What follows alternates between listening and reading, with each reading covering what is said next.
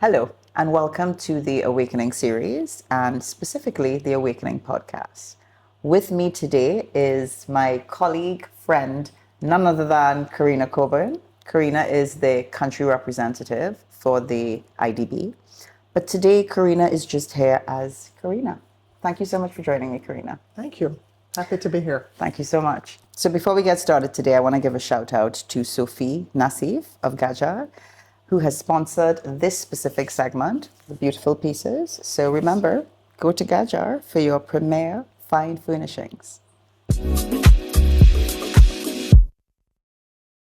So let's get started, Carina. I have a few questions, but you know how we flow. We're just going to flow. Right. The purpose, as I shared with you, of the Awakening podcast is really to speak with leaders such as yourself, and not so much about what you do day to day, which is such a critical role in the development space, but to just learn a little bit about Carina. Should I start with what your middle name is? Or that's not one of the questions? No, please. No, please. We won't go into the middle names. All right, Carina. I want to kick off by asking you a little bit about your journey. And when you think about that journey, just from when you started and you look back, what has it taken, both internally and externally, for you to become just the type of leader you are today? Right. Thank you, Marsha. This is a great initiative, and I'm very happy to be a part of it. I think the question you ask is a very important one. As a leader, sometimes we're so caught up in the day-to-day drive of doing things that sometimes we don't have much time for introspection. And so the opportunity to do this and maybe share my journey so that others can see how it unfolded is really a good one. So externally, I think there were opportunities and realities that took place at the start of my career, which have led me to being in this role.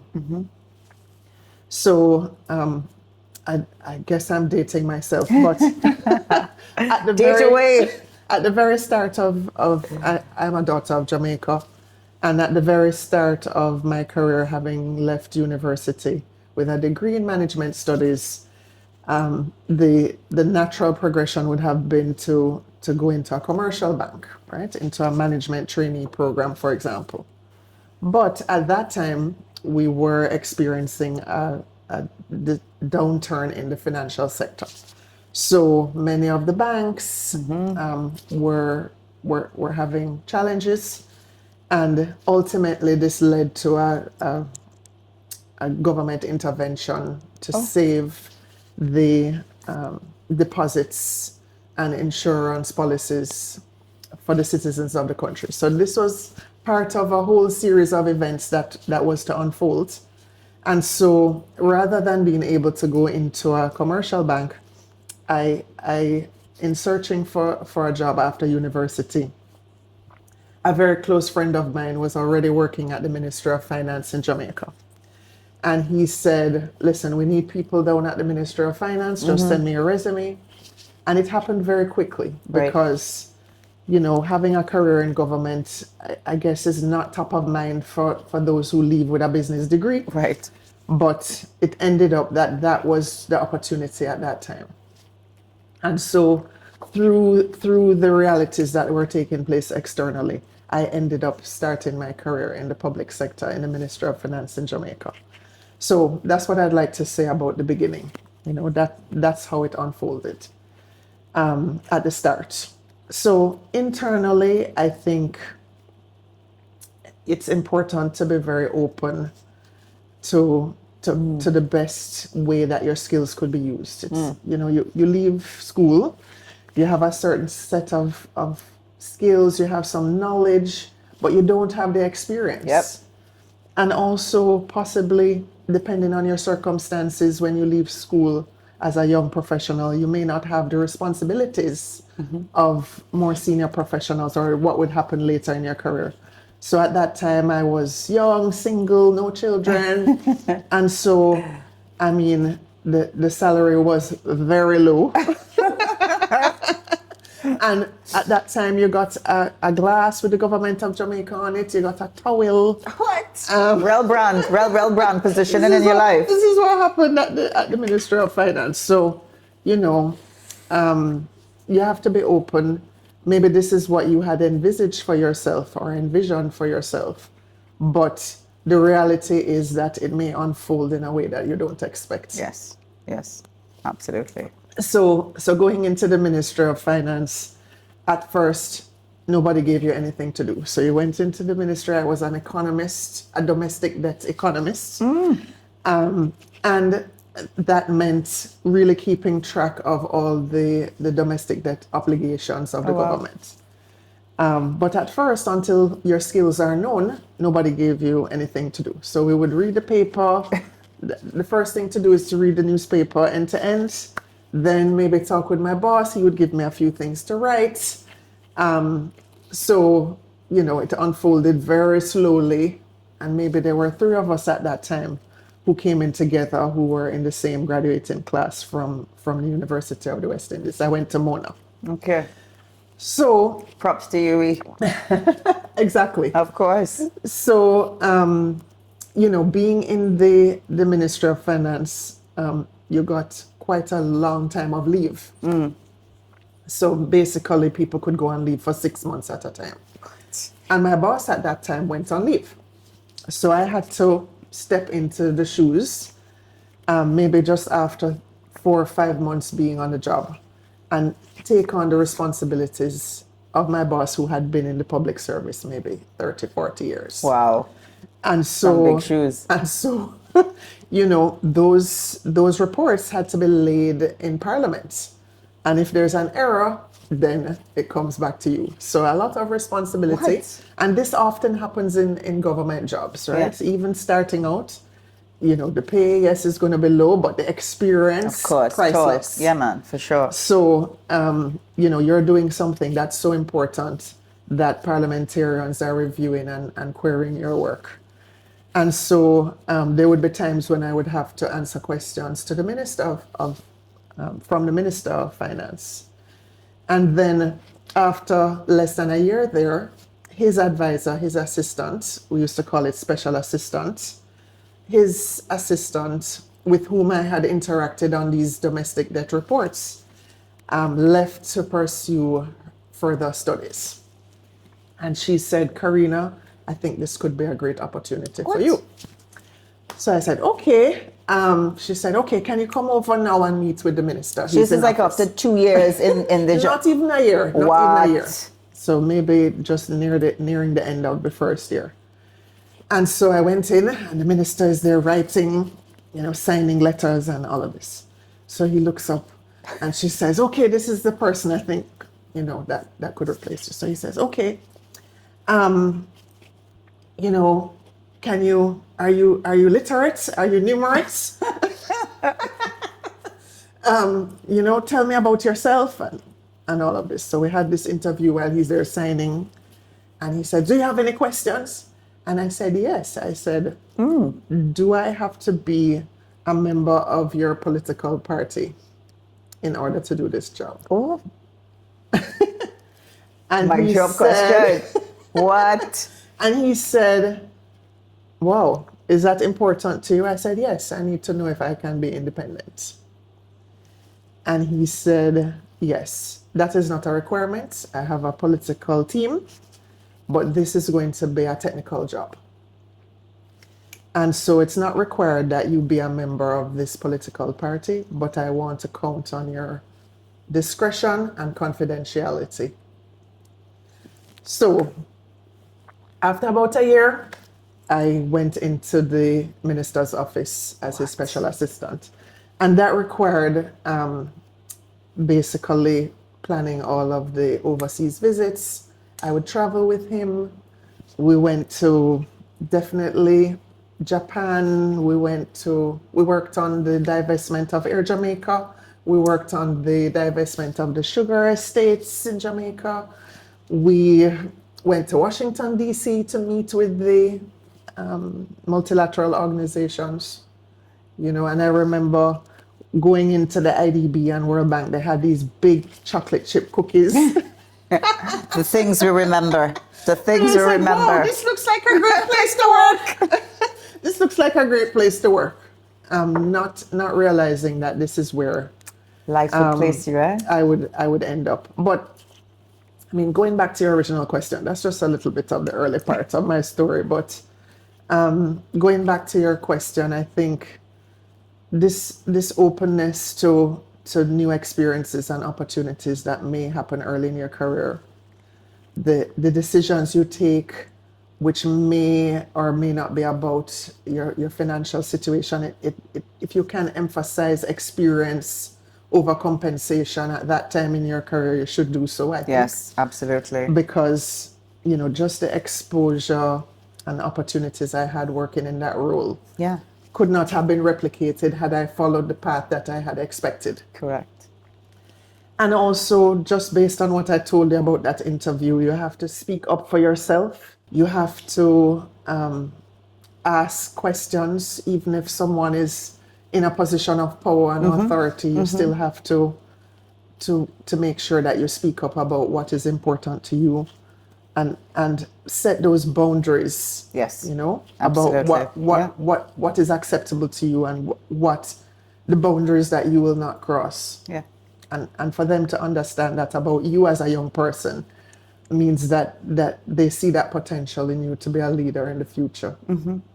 No, I think that's a great opening and some key nuggets there that you may have a plan, but you don't know what is in plan and in store for you. And it's about how you allow yourself to be open to those experiences. And I mean, not even a proper year, and you get a big pick. But wow, the self-confidence to say, I want this role, but may I ask a question? And I think, I mean, I'm just inferring here, that made a real difference with the minister, because here he's seeing a real professional, somebody who's saying, I am comfortable working with you, but I need my independence. And I think that that is, again, an important nugget. The ability to step in, regardless of age, regardless of experience, but speak your truth.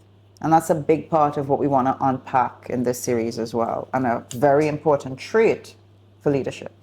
Thank you. So Carina, I want to come back to something, because when you were speaking, I thought I had a visual. This young, confident Jamaican woman speaking to this seasoned, signing checks and other documents minister and going, yeah, excuse me, sir, can I ask, do I need to be part of your party? I mean, I'm just thinking the gravitas, and pardon me, kahunas to stand up and ask that question. Where did that come from? To be honest, it's not something that I had planned before I went there, but it has to do with how I grew up, I think. Being part of conversations about what's going on in the world around you, being aware. There's a confidence that comes from having these debates at home. Yes. And your opinion being taken into account as well, and having weight and value. Yeah. So in that sense, I didn't feel that I had to censor myself in that conversation. Correct. But that was important to me. Even more than doing the work itself or what the job would entail, which I felt, we would be able to manage. But that part, is this what it means to be a special assistant to the Minister of Finance? Is it a political position, or is it a technical position? Right. Yeah, no, absolutely. And it speaks to a life lesson. Huh? I mean, I have a daughter who would debate us on everything. And sometimes I go, listen, I don't want to become my older relatives. Children are to be seen but not heard. But that instilling of those virtues really serves you well. And I think as we grow as leaders, particularly when we have certain challenges, we often forget, what's the source? What's the source of your motivation? What is the source of informing how you show up? And kudos to your family for creating that very enabling environment that allowed you to feel comfortable. For sure. And it's something, as you speak about children, it's something that I observe with my son and daughter as well. Are they speaking up and how do I respond in that Yes. moment? Yes. Yes. Because later on in life, they might have their Minister of Finance moment. Absolutely. Absolutely. And what will they say? What would they say? Yeah. And I've had the privilege to meet both of your children, the younger being your daughter. Right. And if I may say, she runs the home. I think you and your husband believe it may be both of you, because when she visited, she gently reminded me that I will run yours too. And, you know, gotta love it. And it's such a refreshing thing to see. No, I'm respectful, but I'm going to ask a question, Auntie. Yeah? Sure. That brings me to the challenges, because sometimes as leaders, we have to navigate certain challenges, and a lot of those challenges are often not spoken about. What was your experience, and what has been your experience navigating some of the challenges as a leader? Well, I think it's a great follow-on question to what we were just discussing, because speaking up is hard. Yeah. Speaking up throughout your career is very hard. And it can be very costly. And I think for me, throughout my career, that has been one of the core tenets of how I operate. I have to speak up. I guess over time, as you get more experience, more exposure, then the manner of that, the temperance when needed. when should that occur, Yes. and how, and how that is communicated has evolved. Yes. Let's put it that way. I love it. But basically, at the core, is still Carina who will speak up and ask the questions, which sometimes might be hard or viewed as challenging questions. Right. And I think we need that. We need that in the private sector. We need that in the public sector. We need that when decisions are being made that affect thousands of people. Absolutely. You know, we need someone who will ask a Yes. question. Yes.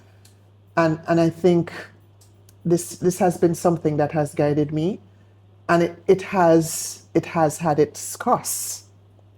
But looking back, I think, you know, when they say to thine own self be true, I think it has guided me and it has served me well, and I feel comfortable with the journey that I have taken, having observed that principle. Yeah, yeah. And you spoke about your truth. You know, as part of the overall Awakening series, we actually have introduced something called truth circles, because in our work with leadership, the thing that I think leaders are challenged with is how do I conform to what is being required or requested of me, and still be truthful to who I am. True. And yeah, to thine own self be true. But that ain't always easy, particularly if my bonus jumping up and being truthful. It's not easy. It's not, you know. So I think hearing that is a nugget for you as a leader, and the temperance that comes, you know, when we wet behind the ears and we whip a snapper, that is wrong. And you're like, you could say that's wrong, you know, but could you finesse that differently while still not finessing it to a point where people are like, so you agree or you disagree? I'm not too sure. And my experience with you, I've always found that to be very clear. You know what Carina's perspective is. And I think the nugget from your response is being truthful while being respectful can coexist. For sure. Yeah, as a leader. And also, I think, you know, when you work in a large organization, so now I've worked at a few. I've worked at Sagicor before it was Sagicor. Life in Jamaica, was it? Yes. Life of Jamaica, it was at the time. And I've worked now in the Inter-American Development Bank. And this is a huge institution covering many countries. And you will find your circle, right? Yes. You will find the people who like to work with you. They like your principles. They like what you stand for. And together you can move things through together. I think that principle, yes, it has served me well. And I think when people realize that you are an authentic person, who genuinely wants the best for the organization, for the people who work there, then they will appreciate that. Yeah. You know, and over time, yes, your delivery will improve. Of course. But when they want an authentic leader or colleague, then they will call on you. Yeah, absolutely. And so, you know, being yourself, having your own principles and standards by which you run your career are important. There will be pain. There will be pain. Okay? So we have said, you know, I have said, in every life a little rain must fall. Yeah, I love it. You know? Yeah. So there will be rain. There will be clouds.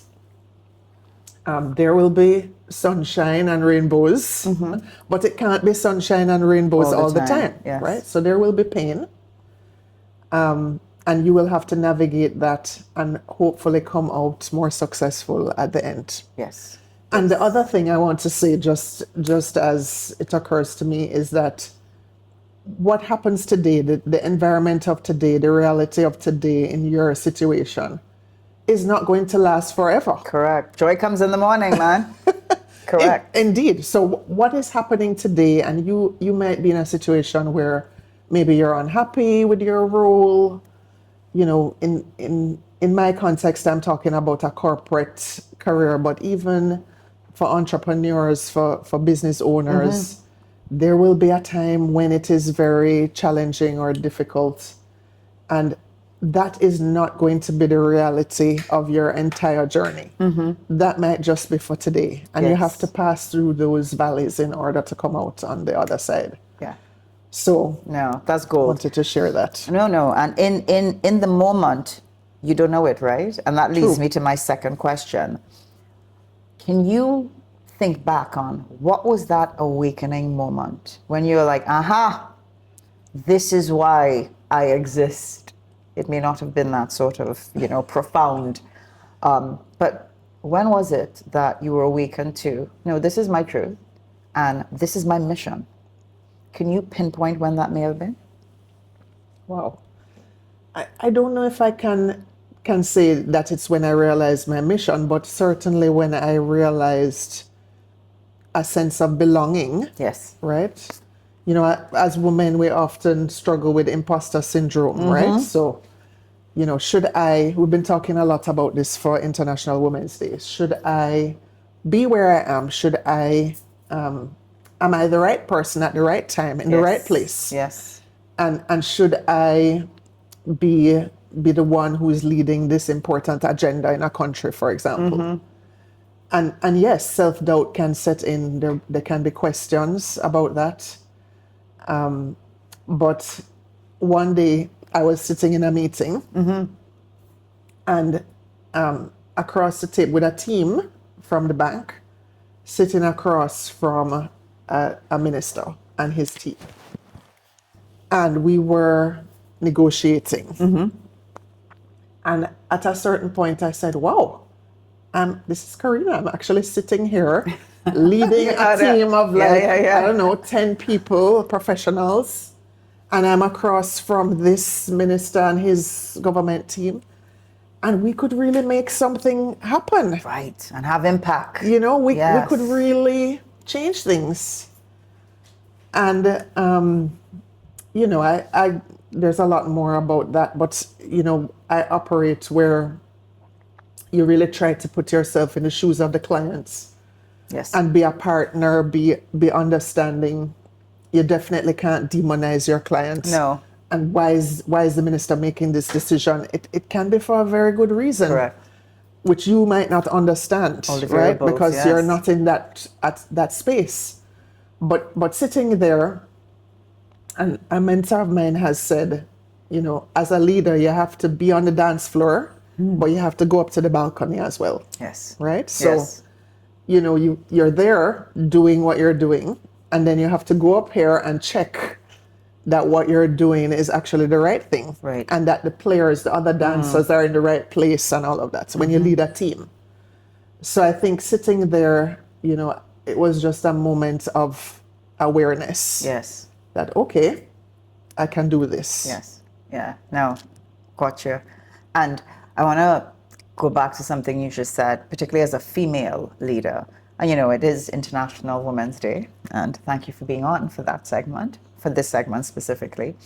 But do you find that navigation, particularly going off the dance floor and going to the balcony and going to other areas of said room, a bit more challenging to navigate as a female leader based on your experience?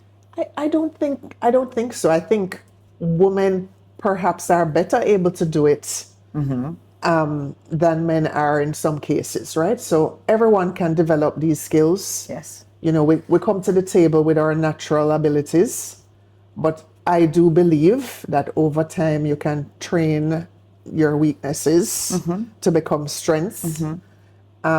You can work on those challenges and you can build a team around you that helps to complement your strengths and weaknesses. And so for us as women, we have a lot of responsibility outside of the office, right? So we have our home, we're parenting, we're taking care of parents. Yes. We're Sandwich always generation. We're switching, right? So, multitasking we all know is a fallacy. Yeah. But we're switching a lot. And that skill of switching is something that women tend to bring to the table more easily. So that's what this is about. It's about switching, your perspective, right? The way that you look at a certain situation and make decisions about it.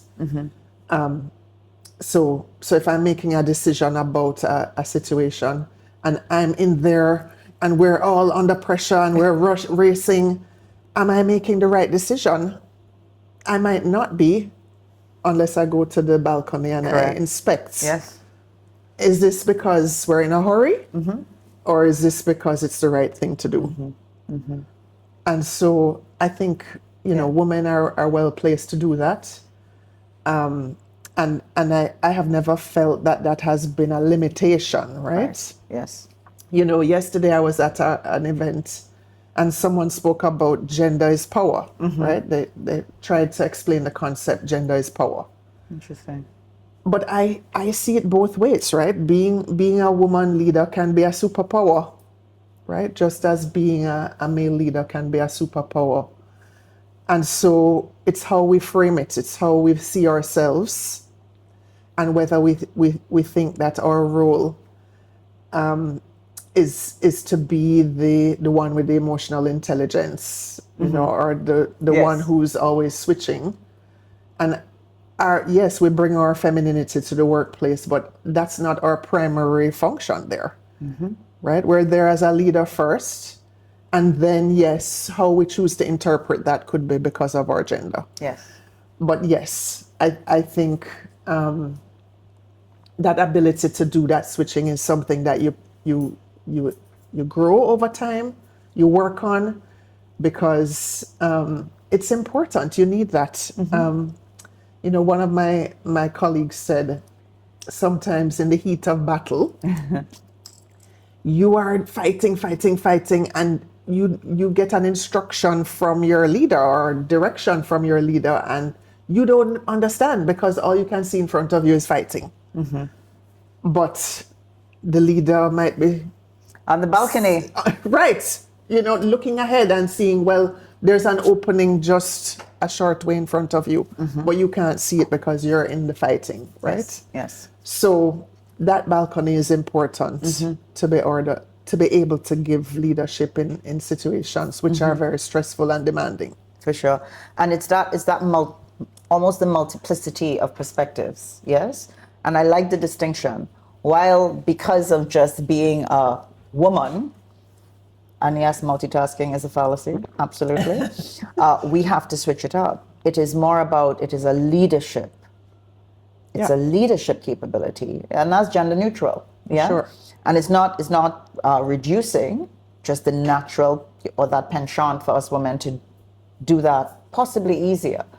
But another thing you mentioned was a lot of leaders often, particularly those who may have gone up in a very competitive environment, they aren't aware at times of the importance of hiring or bringing a caucus of individuals around you that play to your I like to say developmental themes versus weaknesses.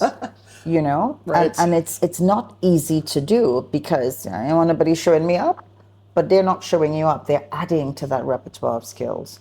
And I guess my question would be from a leadership perspective, have you made a conscious decision when you look at the individuals around you, how you recruit, how you acquire talent, and what yes. informs that? For sure.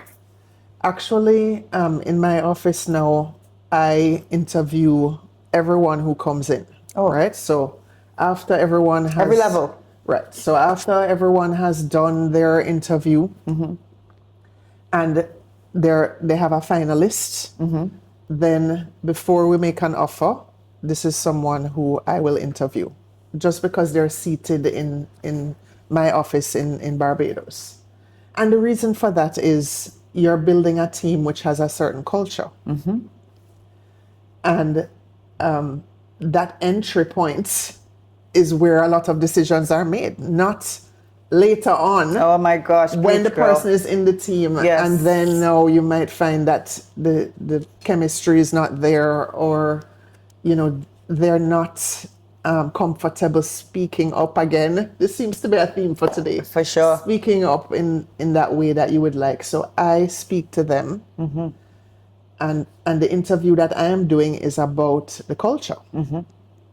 Right? It's about, is this someone who's going to not only bring technical skills, which can be trained, Yes, yes. but the right attitude, right? So attitude versus aptitude. Always. Right? So you bring the attitude, because I'm building a team that is energetic. I'm building a team that is enthusiastic. I'm building a team that's ambitious. So these are the qualities that I'm looking for in an interview process. No, for sure. Because everyone else through the process has looked at the technical skills and abilities and competencies. But I'm looking for the culture we're building. Yeah, for sure. And in our practice, a lot of times we recognize that even when we do C-suite recruitment, there are elements where it's just looking at the IQ, the intelligence factor. And I hire based on that, and then I bring in somebody who's not a match at all. And you hear social intelligence and the EQ quotient. Having the awareness around that fit, I have found, is a marked distinction in who that leader brings into the fold, but also how that person, just that one person, either positively or adversely impacts that culture. True. So you have to be intentional in that regard, yeah? That intentionality. True. I wanted to add something there, Sure. Marsha. So, when I talk about this culture and fit and chemistry, it doesn't mean the person is the same as you. So you have people who are extroverts, introverts, people who are more vocal leaders, and some who are more reticent. Yes. But there is a core characteristic Yes. of curiosity, of care, which you find in people regardless of their different personalities. And so you have to look beyond that. Looking beyond, yeah. And the awareness and discernment to know to look beyond. Because it's flattering to hire somebody who kind of look like you and show up like you. But, True. how do you make that distinction for the greater good? For sure. And in a multicultural environment, that's important. Oh, yeah, I'm not going to pack up the place with Jamaicans. I love my countrymen and women. I'm just saying, I'm going to do a check and see how many Jamaicans in the IDB country office. I love my countrymen and women. I love to spend time with them and with each other. But, it's a multicultural environment, and many applicants are from all across the Caribbean and Latin America. Yes, for sure. So even within the organization, I try to mentor outside of the Caribbean. Correct. Because I think that helps too to build understanding. Yeah. Again, another nugget, right? Having the discernment to consciously create and inform the culture that you know is fit for the purpose and overall mission as a leader. So looking at the future, when you look at leadership and the way you lead and the lens that you lead through, what do you think are some of the key components that will inform the future of leadership? So, we've talked a lot in recent years about the concept of servant leadership. Putting yourself at the service of those with whom you work, those in the team. So my job is not to do their job better than they can or to know more about their area than they do, but to be at their service to remove impediments, right, or to add an impetus to what they are doing when that is necessary. And so I think that concept of leadership is important because I think it keeps us grounded as leaders. It's very nice to sometimes be the boss. Yes, of and course. Have what goes with being the boss. I mean, we hosted a group from a high school recently. Right. And they said, "Are you the boss?" And I said, "Yes, I'm the boss." Yes. So yes, you are. You should own it and step into that space of leadership. But you must remember that you are at the service of your teammates. You're at the service of the clients. You're at the service of the mission, right? IDB is a mission-driven organization. So you are at the service of those activities, those endeavors. You're at the service of the team. Yes. And so that helps to keep you grounded as a leader. And I hope, my journey isn't over yet. Lots more to do, my friend. Lots to do. And I hope that I'll try to always remember that, Yes. that you're at the service of those around you. Yeah. And it keeps me grounded now, and I think it will keep me grounded in the future. Wow. Yeah, for sure. As you speak, a key part of leadership, again, just from the experience as an executive coach, working with individuals like yourself in C-suite, we get almost intoxicated with the boss. I'm the boss, a nice job, the corner office. But we lose sight of that element. What is the purpose? Do you remember why you started doing this in the first place? And they can coexist. Nobody's saying not to enjoy those things. But keeping that at the forefront, if I hear you, definitely informs how you lead. Sure. And it's about keeping that at the forefront and having people with you that support the mission, the purpose. For sure. Spot on, Carina. So just in closing, so the ultimate reflection, in spaces like this where, we really value honesty and reflection is invited, and you started off with that reflective moment, so I think it's fitting that we're ending with it. What do you value most about leaders and guides who are able to create this type of environment? So the ability to just create an environment where people can show up as their authentic selves. So I think that our responsibility as leaders is to pay it forward. Early in my career, I had a conversation with a boss of mine. This was at Sagicor now, or what's now known as Sagicor. And, we were thinking of a mentoring program. And I said to him, you really cannot be a leader unless you're willing to guide other leaders, right? You cannot be a senior leader unless you're willing to do that. You have to pay it forward.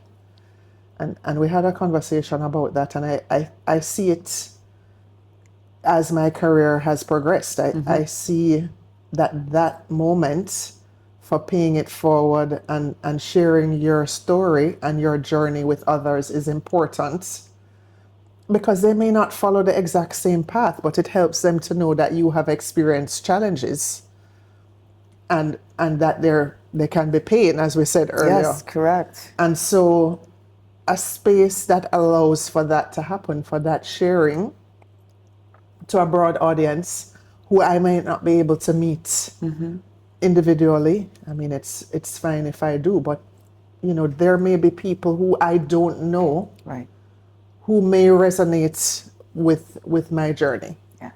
And I think as leaders, it's our responsibility to try to share that so that somebody else might be able to draw something from it. Mm-hmm. And I have benefited from that kind of sharing in the past. So, I think the awakening is a really important platform, and I want to thank you for the invitation, Marsha. Oh, thank you. And thank you so much for, as you said, sharing your story, which I know would resonate just because of the authenticity within which you share, Carina. So thanks for being on the Awakening podcast. Thank you.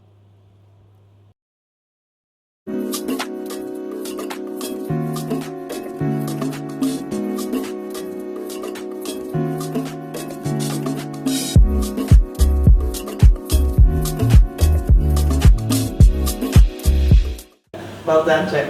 That was excellent. No, really. Couldn't have been better. Thanks so much. It was fun. Good stuff. Good. Thanks for having me.